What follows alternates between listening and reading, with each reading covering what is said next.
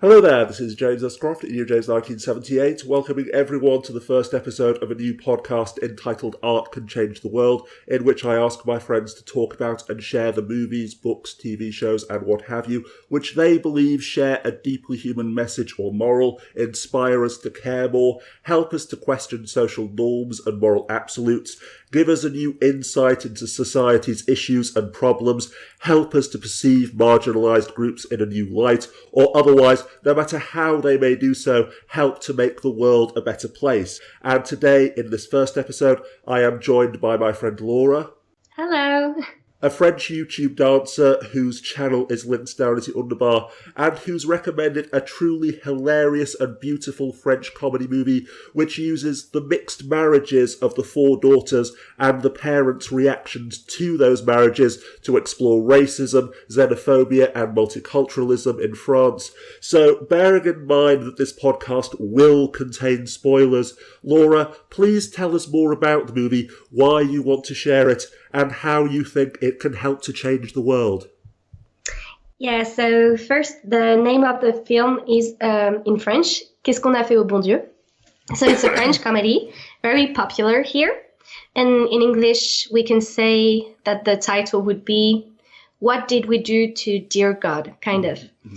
So it's about a rich family who has four daughters, and they are all married to a different, to a guy who has a different ethnicity, culture and religion and ethnic, So one is Jewish, the other one is Muslim, the other one is, Asian? Chinese, yeah. Yeah, Chinese. And the fourth is Black. So he's Christian, but he's Black. Yeah. And the parents are reacting very badly to it because they want to preserve kind of the family with this Catholicism, Christian Christian culture.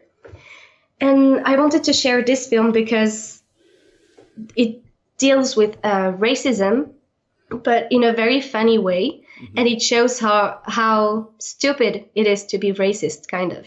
Yeah.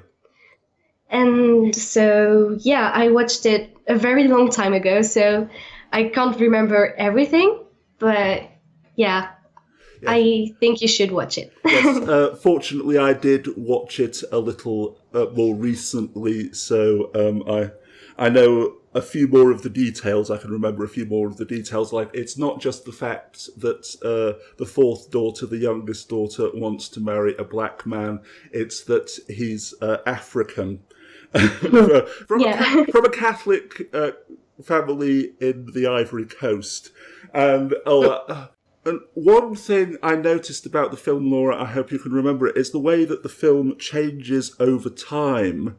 So that it's always the inside group being afraid of the outside group. So finally, after in the first half of the film, the sons-in-law and the father and the mother, they're all fighting. They all have problems with each other. But then, when the black guy comes and is going to threaten their family, now they're the racists, trying to break up the youngest daughter's marriage to keep their family together. And then when the mother especially tries to accept the youngest daughter's marriage to the black guy, now it's the Ivorian father, the African father, who is the racist outsider.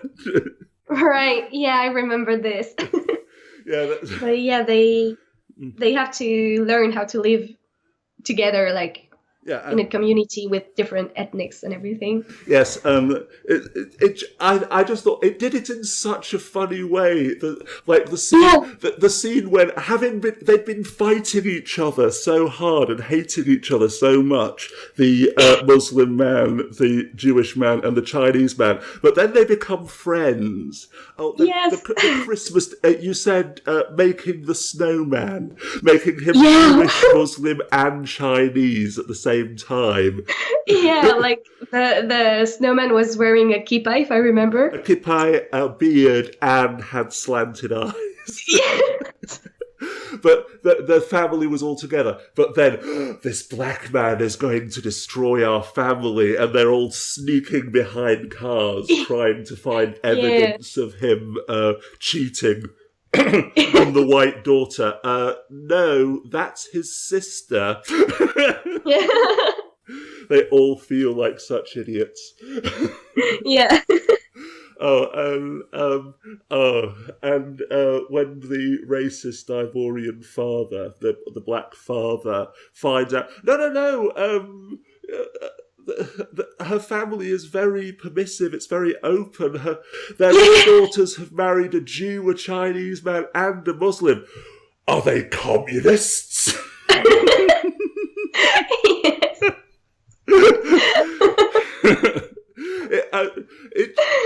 It just, it's. I love this film because I hope you've let me know if you feel the same way, Laura, or if you feel differently. I think you said it shows the absurdity, the stupidity of racism, in such a comedy. Makes the truth so much easier to swallow. It's the sugar that helps the medicine go down. So many people who would refuse to listen to a lecture about racism or multiculturalism or so forth can watch this film and say, yeah. I think comedy is the biggest way to denounce something. Yes, the best way. The best way. I think this is why, not just because I haven't read the books that other people have recommended and stuff like that. I think this is why I chose this film. I wanted to do to talk about this film with you in the very first episode. Because yes, comedy is as we say, comedy is the best way to get through to people, because that is the point of this podcast. Yes, a 10,000-page book on philosophy might have all of the secrets of the universe, but it can't say as much as the scene with the snowman. Yeah, I totally agree. Or the three sons-in-law, Chinese, Muslim, and Jewish, all singing the Marseillaise. That wasn't a comedy scene. That was a true patriotic scene in the film. But as the dad said, as he stood to attention, it gave me goosebumps. I'm trying to remember some of the other really funny parts, scenes, but there are just so many. It's just such a beautiful film all around. I don't know if you got the references. If I can remember, at the very beginning of the film, they have family dinner, and they are telling each other that there is this dinner. And the three husbands are calling each other's with racist names, kind of. Yeah. Yeah, that was very funny. I don't remember the name. Like for the Asian, it was Jackie Chan or Bruce Lee or something like that. And yeah, that's very funny. Like everyone is racist between each others, but they live together, and that's what makes them stronger. Yeah, I remember it now. Oh, I want to watch it again. So do I. It is such a wonderful film. But also, one thing to mention now: they always accuse each other of being racist. Yeah. They never see their own racism. One of my favourite things, one of my favourite parts, is when the mother was talking to the husband. I was talking to my therapist about my fear of the other. You mean your racism? No, fear of the other.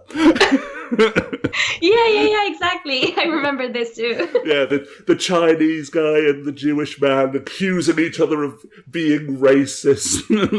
Yeah, they don't even see their own racism, right? Yeah, that's the biggest. It's only ever other people who are racist. It is only ever other people who are homophobic or misogynistic.